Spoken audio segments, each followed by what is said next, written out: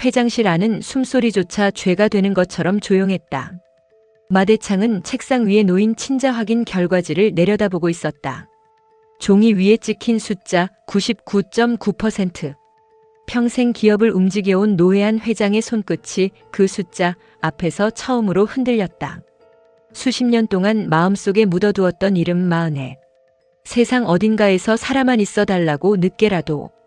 아버지 앞에 돌아와 달라고 빌었던 딸의 흔적이 지금 눈앞에 종이 한 장으로 돌아온 듯 했다. 그러나 그 앞에 선 채화영의 눈물은 진심과 연기의 경계 위에서 흐르고 있었다. 그녀는 결과지를 떨리는 손으로 붙잡고 숨이 무너지는 사람처럼 읽어내려갔다. 검사 대상자와의 친자 확률은 99.9% 이상이며 친생자 관계가 성립함을 최종 확인합니다. 말끝이 떨렸다. 마대창의 눈빛은 점점 무너졌고 채화영은 그 틈을 놓치지 않았다. 그녀는 천천히 마대창의 손을 잡았다. 손끝은 차가웠지만 목소리는 뜨거웠다. 아버지, 그 한마디가 회장실의 공기를 찢었다. 마대창은 아무 말도 하지 못했다. 채화영은 흐느끼며 고개를 숙였지만 눈물 아래 감춰진 눈동자 깊은 곳에서는 욕망이 조용히 웃고 있었다. 드디어 잡았다. 드디어 마대창의 마음을 잡았다. 드디어 드림그룹의 가장 깊은 문으로 들어갈 열쇠를 손에 쥐었다. 하지만 회장실 문 밖, 이강혁은 그 장면을 바라보며 굳어 있었다. 그는 누구보다 잘 알고 있었다. 저 결과지가 어떻게 만들어졌는지, 그 검체용 면봉이 어디에서 바뀌었는지, 사고를 가장한 순간에 어떤 손이 움직였는지, 그리고 지금 채화영이 흘리는 눈물이 얼마나 위험한 거짓인지. 강혁의 손에는 아직도 사고 현장에서 남은 작은 상처가 있었다. 그는 그 상처를 내려다보다가 이를 악물었다. 대표님, 이번엔 너무 멀리 오셨습니다. 그러나 그의 목소리는 밖으로 나오지 못했다. 이미 채화영은 마대창을 회장님에서 아버지로 바꾸는 데 성공했고 그 호칭 하나로 드림그룹의 권력 지형은 흔들리기 시작했다. 같은 시각 한영자는 백호의 방 한가운데 서 있었다. 이강혁이 급히 빠져나간 뒤에도 방 안에는 그의 흔적이 남아 있었다. 서랍은 미세하게 어긋나 있었고 책상 위 물건들의 각도도 달라져 있었다. 영자는 방 안을 천천히 둘러보다가 금두꺼비가 놓인 곳에 시선을 멈췄다. 작고 오래된 금빛 장식. 하지만 그 밑에 새겨진 문양은 평범하지 않았다. 영자는 그것을 손에 쥐고 한참을 바라보았다. 이강혁, 도대체 백호방에서 뭘 찾으러 온 거야? 그녀의 눈빛이 불안하게 떨렸다. 그동안 채화영이 무서워 입을 다물었고 강남봉의 거짓말을 외면했고 백호를 지키고 싶다는 마음으로 진실을 밀어냈지만 이제는 더 이상 모른 척할 수 없었다. 영자는 금두꺼비를 품에 끌어안으며 낮게 중얼거렸다. 우리 백호, 내가 이번엔 꼭 지킬 거야. 내가 누구 아들이든 엄마 아들은 너 하나야. 백호는 보육원 원장과 마주 앉아 있었다. 낡은 상담실에는 오래된 서류 냄새와 세월의 먼지가 가라앉아 있었다. 벽식의 초침 소리만이 두 사람 사이를 찌르고 있었다. 원장은 백호의 얼굴을 오래 바라보다가 떨리는 손으로 낡은 파일을 꺼냈다. 강백호 씨, 아니, 그때는 이름도 없었지요. 백호의 눈빛이 흔들렸다. 원장님, 제 입양 기록에 왜 빈칸이 이렇게 많습니까? 원장은 대답하지 못했다. 백호는 서류를 앞으로 밀었다. 출생 병원도 지워져 있고 최초 발견 장소도 수정돼 있습니다. 그리고 제 물건 목록에 있던 금두꺼비 기록은 나중에 삭제됐어요. 누가 지운 겁니까? 원장은 입술을 떨었다. 그건 말하면 안 되는 일이었습니다. 백호는 숨을 삼켰다. 제가 누구였길래요? 원장은 창밖을 바라보았다. 흐린 하늘 아래 빗방울이 유리창에 맺히고 있었다. 그 아이를 맡기러 온 사람은 무척 다급해 보였습니다. 아이를 살려야 한다고 했어요. 절대 찾지 못하게 해야 한다고도 했고요. 백호의 목소리가 낮아졌다. 그 사람이 누구였습니까? 원장은 겨우 입을 열었다. 이름은 말하지 않았습니다. 하지만 그 사람 손에 똑같은 문양이 있었습니다. 금두꺼비에 새겨진 그 문양 말입니다. 백호는 자리에서 굳어버렸다. 금두꺼비, 마씨 가문의 문양, 마대창 회장의 잃어버린 딸, 채화영의 조작된 친자 확인, 이강혁의 침입. 모든 조각이 하나의 거대한 그림으로 맞춰지는 듯 했다. 그러나 아직 결정적인 한 조각이 빠져 있었다. 백호는 원장을 똑바로 바라보았다. 혹시 그때 저 말고 다른 아이 기록도 있었습니까? 원장의 눈빛이 순간적으로 흔들렸다. 백호는 그 작은 흔들림을 놓치지 않았다. 있었군요. 원장은 고개를 떨구었다. 강백호 씨 더 파고들면 다칩니다. 백호는 차갑게 말했다. 이미 다쳤습니다. 평생 제 이름도 모르고 살았는데 더 다칠 게 뭐가 남았습니까? 원장은 떨리는 손으로 파일 하나를 더 꺼내려다 멈췄다. 그 순간 복도 끝에서 누군가의 발소리가 들렸다. 백호가 고개를 돌린다. 문틈 사이로 검은 그림자가 빠르게 사라진다. 백호의 눈빛이 날카롭게 변한다. 또 당신입니까, 이강혁 씨? 드림그룹 본사에서는 또 다른 균열이 시작되고 있었다. 강준호는 최대 주주 명단을 내려다보고 있었다. 그의 눈동자가 한 이름에서 멈췄다. 최하준. 93년생. 절다 못해 지나치게 새파란 이름. 그런데 지분율은 무시할 수 없었다. 준호는 의자에 몸을 기댄 채 낮게 웃었다. 최하준 93년생, 이렇게 새파랗게 젊은 놈이 최대 주주라고. 그의 웃음은 가볍지 않았다. 그 안에는 불안과 질투, 그리고 또 다른 먹잇감을 발견한 야수의 감각이 섞여 있었다. 최화영이 마대창의 딸 행세를 시작한다면 자신은 그 옆에서 무엇이 되는가? 아들인가, 후계자인가, 아니면 필요 없어지면 버려질 패인가? 준호는 서류를 움켜쥐었다. 대표님, 아니 어머니. 이번에도 저를 이용만 하실 생각이면 착각하신 겁니다. 저도 이제 제 판을 깔겠습니다. 그때 최화영이 준호를 찾아왔다. 그녀의 얼굴에는 아직 마대창 앞에서 흘린 눈물의 흔적이 남아 있었지만 눈빛은 이미 차갑게 돌아와 있었다. 준호는 고개도 들지 않고 말했다. 축하드립니다, 대표님. 이제 회장님 딸까지 되셨네요. 최화영의 눈썹이 미세하게 움직였다. 준호야. 준호가 천천히 고개를 들었다. 그렇게 부르지 마세요. 필요할 때만 다정하게 부르는 거 이제 지겹습니다. 화영은 낮은 목소리로 말했다. 지금은 우리 둘 다 조심해야 할 때야. 마 회장이 날 믿기 시작했어. 이 기회를 놓치면 안 돼. 준호는 비웃듯 웃었다. 우리요? 대표님한테 우리라는 말이 있었습니까? 화영의 얼굴이 굳는다. 준호는 최대 주주 명단을 내밀었다. 최하준. 이 사람 알아요? 화영은 서류를 훑다가 눈빛을 좁혔다. 처음 보는 이름이야. 처음 보는 이름이 최대 주주 명단에 이렇게 올라와 있습니다. 이상하지 않습니까? 화영은 잠시 생각에 잠겼다.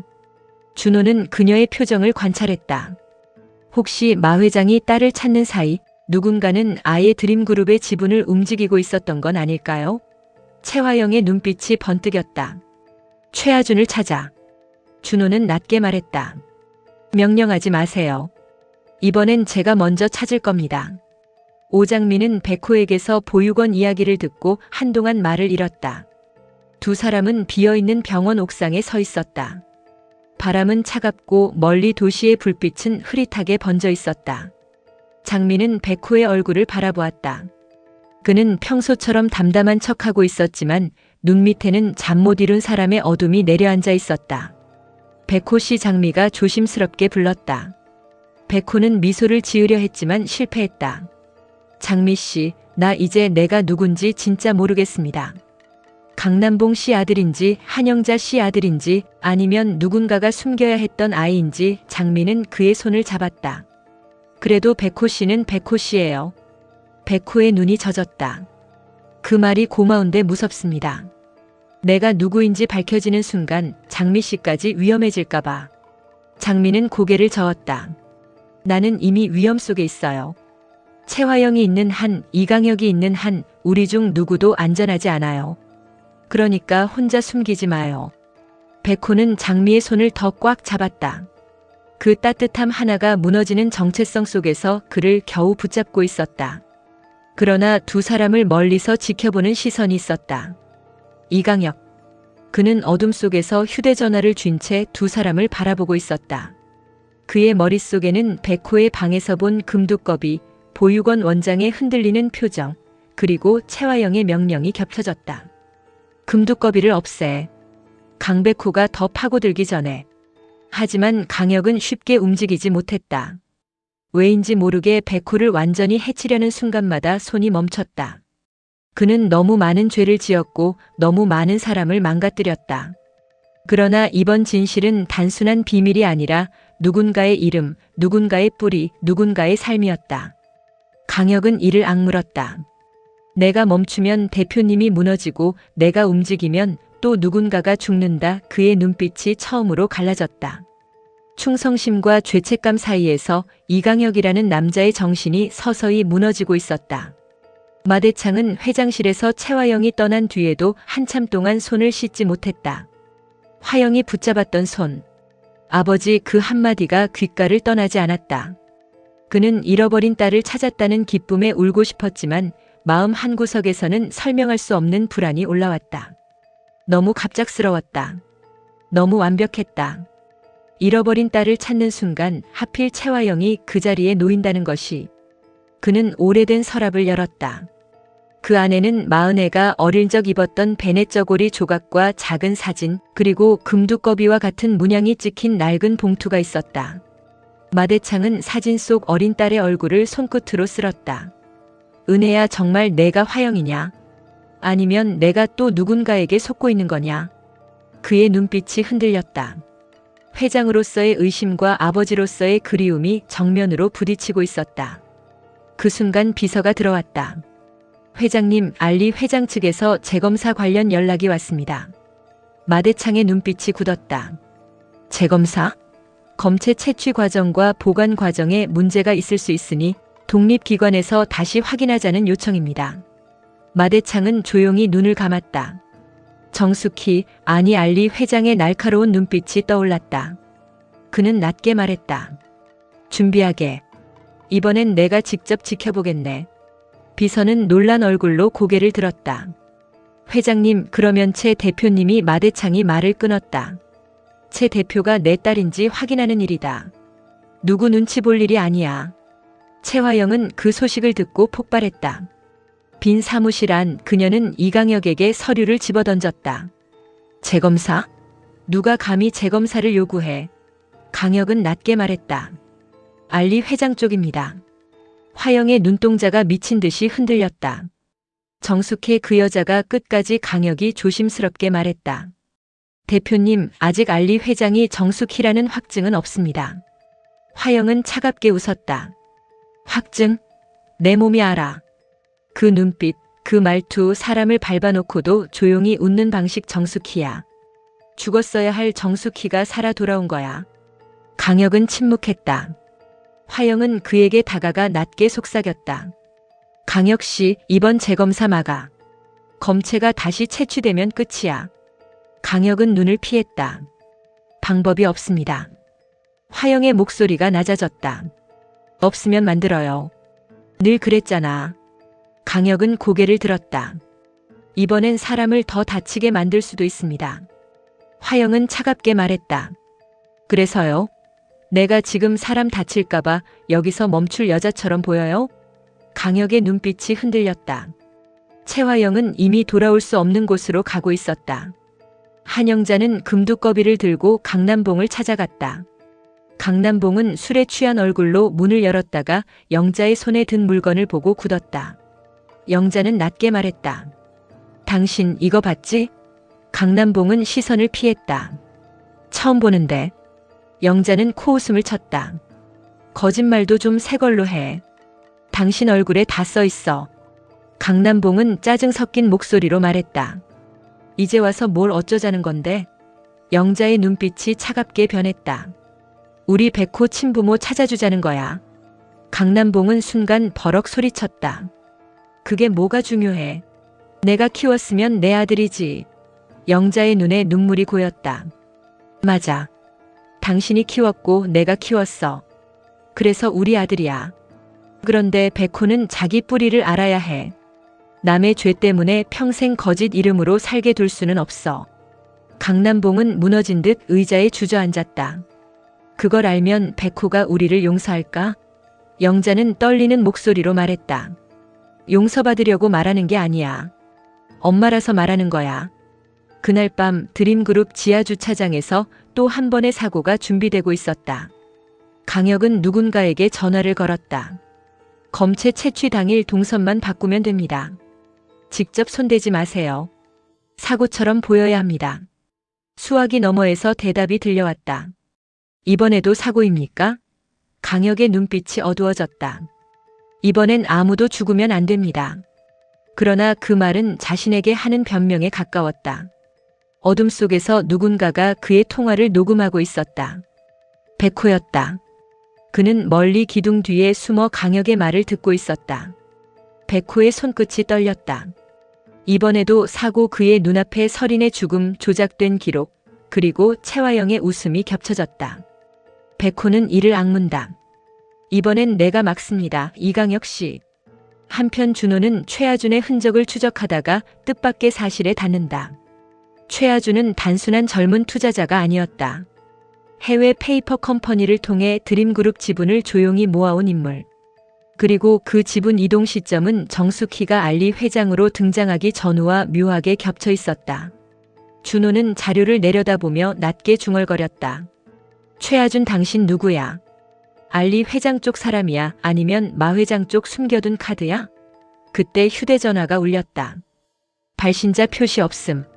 준호가 전화를 받자 낯선 남자의 목소리가 들린다. 강준호 씨 맞습니까? 준호의 눈빛이 날카로워진다. 누구십니까? 수화기 너머 남자가 조용히 말한다. 최하준입니다. 준호는 자리에서 굳어버린다. 운명이 되려니 이렇게 연락이 다 닿네요. 최하준의 목소리는 젊지만 묘하게 여유로웠다. 드림그룹, 채화영 대표 그리고 하늘이라는 이름. 궁금하지 않습니까? 준호의 얼굴에서 피가 빠졌다. 당신이 그 이름을 어떻게 알아? 최하준은 낮게 웃었다. 만나시죠. 당신이 엄마라고 부르는 사람이 끝까지 숨긴 이야기를 들려드릴 테니까요. 준호는 그 길로 약속 장소로 향한다. 새벽의 호텔 라운지. 손님 하나 없는 어두운 공간에 최하준이 앉아있다. 93년생이라고 하기엔 지나치게 차분하고 젊다고 하기엔 눈빛이 오래된 사람처럼 깊다. 준호는 그를 노려본다. 당신이 최하준입니까? 최하준은 고개를 끄덕인다. 생각보다 빨리 오셨네요. 준호는 차갑게 말한다. 하늘이라는 이름 어디서 들었습니까? 최하준은 서류 봉투를 테이블 위에 올린다. 채화영 대표가 버린 이름이죠. 그리고 강준호 씨가 평생 되찾지 못한 이름. 준호의 손이 떨린다. 장난치지 마. 최하준은 담담히 말했다. 장난이면 좋겠습니까? 아니면 진실이면 좋겠습니까? 준호는 서류 봉투를 낚아채듯 열었다. 그 안에는 오래된 보육원 기록, 출생 관련 메모, 그리고 채화영의 이름이 적힌 문서 일부가 있었다. 준호의 눈동자가 무너졌다. 최하준은 조용히 덧붙였다. 채화영 대표는 늘 이름을 훔쳤습니다. 이번엔 마흔에, 오래전엔 마서린, 그리고 처음에는 당신 이름을 버렸죠. 회장실에서는 재검사 준비가 시작된다. 마대창은 채화영을 다시 불렀다. 채화영은 환하게 웃으며 들어왔지만 방 안에 백호와 장미, 알리 회장까지 함께 있는 것을 보고 얼굴이 굳었다. 마대창은 무겁게 말했다. 채 대표. 채화영의 눈빛이 흔들렸다. 어제까지만 해도 그녀를 보며 화영아에 가까운 온기를 보였던 마대창이 다시 거리두는 호칭을 쓴 것이다. 화영은 애써 웃었다. 회장님 아니 아버지. 마대창의 눈가가 떨렸다. 그러나 그는 냉정하게 말했다. 아직 확인할 일이 남았네. 채화영의 손끝이 굳었다. 수키는 알리 회장의 모습으로 조용히 웃었다. 진짜라면 두려울 이유가 없겠죠, 채 대표님. 화영은 수키를 노려보았다. 알리 회장님은 왜 그렇게 저를 의심하십니까? 수키의 눈빛이 서늘해졌다. 채 대표님 같은 분은 의심을 부르는 삶을 사셨으니까요. 장미는 낮게 덧붙였다. 남의 이름을 입에 올릴 때마다 누군가는 피눈물을 흘렸거든요. 화영은 이를 악물었다. 오장미 씨, 말 조심해. 장미는 물러서지 않았다. 왜요? 이번엔 마은혜라는 이름도 훔치면 안 된다고 말하는 게 그렇게 거슬리세요? 그 순간 백호가 서류 하나를 꺼냈다. 회장님, 재검사 전에 확인하셔야 할 게 있습니다. 마대창이 그를 바라본다. 말하게, 백호군. 최화영의 눈빛이 순간 흔들렸다. 백호군. 마대창의 호칭이 달라졌다. 백호는 차분히 말했다. 검체용 면봉이 바뀐 정황이 있습니다. 사고를 가장한 동선 변경, 보관 기록의 공백, 그리고 그 시간대에 이강혁 씨와 연결된 사람이 움직였습니다. 회장실 안의 공기가 얼어붙는다. 최화영은 즉시 소리쳤다. 강백호 씨, 지금 무슨 말도 안 되는 소리를 하는 겁니까? 백호는 그녀를 바라보며 낮게 말했다. 최 대표님, 말도 안 되는 일은 늘 대표님 주변에서 일어났습니다. 화영의 얼굴이 일그러진다. 강혁은 문 밖에서 그 말을 듣고 눈을 감았다. 이제 판이 무너지고 있었다. 최화영은 마지막 승부수를 던지듯 마대창 앞에 무릎을 꿇었다. 회장님, 아니 아버지. 저를 믿어주세요.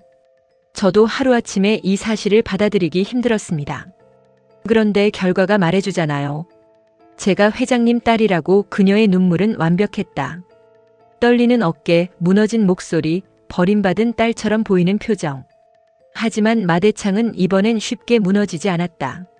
그는 오래도록 최화영을 바라보다가 낮게 말했다. 은혜라면, 내가 찾던 내 딸이라면 왜 나는 내 눈에서 기쁨보다 욕심이 먼저 보이는지 모르겠구나. 최화영의 얼굴이 굳었다. 수키의 눈빛이 미세하게 흔들렸다. 마대창은 천천히 일어섰다. 재검사는 진행한다. 그리고 검체 바꿔치기 의혹도 함께 조사하겠다. 화영은 숨을 멈췄다. 아버지, 마대창은 차갑게 말했다. 아직 그리 부르지 말게. 그 한마디가 최화영의 얼굴에서 모든 연기를 지워버렸다. 그녀의 눈빛에 잠깐, 아주 짧게 본색이 드러났다. 분노, 굴욕, 공포. 장미는 그 눈빛을 보았다. 백호도 보았다. 수키도 보았다. 최화영은 다시 눈물을 만들려 했지만 이미 늦었다. 그녀는 떨리는 목소리로 말했다. 저를 끝까지 의심하시겠다는 겁니까? 마대창은 대답하지 않았다. 그 침묵이 대답이었다. 회장실을 나온 최화영은 복도 끝에서 이강혁을 붙잡았다. 강혁 씨, 지금 당장 금두꺼비 가져와요. 강혁은 굳은 얼굴로 말했다. 한영자가 가지고 있습니다. 화영의 눈빛이 번쩍였다. 그 여자까지 끌어들이게 만들지 마요. 강혁은 낮게 말했다. 이미 늦었습니다. 한영자는 눈치챘습니다. 화영은 이를 악문다. 그럼 임마가. 강혁은 한참 그녀를 바라보았다. 대표님, 정말 한영자까지 건드리실 겁니까? 화영은 차갑게 웃었다. 내가 못할 것 같아요? 강혁은 대답하지 못했다. 그는 알았다. 최화영은 할 수 있다. 그리고 해왔다. 그래서 여기까지 온 것이다. 그러나 한영자는 더 이상 예전의 한영자가 아니었다. 그녀는 백호에게 금두꺼비를 건네며 울었다. 백호야, 이거 엄마가 가지고 있으면 안 될 것 같아. 내가 가지고 있어. 아니, 내가 지켜. 백호는 금두꺼비를 받아들고 영자를 바라보았다. 엄마, 이것 때문에 이강혁 씨가 제 방에 들어온 거죠? 영자는 고개를 끄덕였다. 미안해. 엄마가 더 빨리 말했어야 했는데. 백호는 영자의 손을 잡았다. 엄마는 제 엄마예요. 그건 안 변합니다. 영자는 결국 무너져 울었다. 우리 아들 백호의 눈도 붉어졌다. 하지만 그는 울지 않았다. 지금은 울 때가 아니었다. 지금은 지켜야 할 때였다.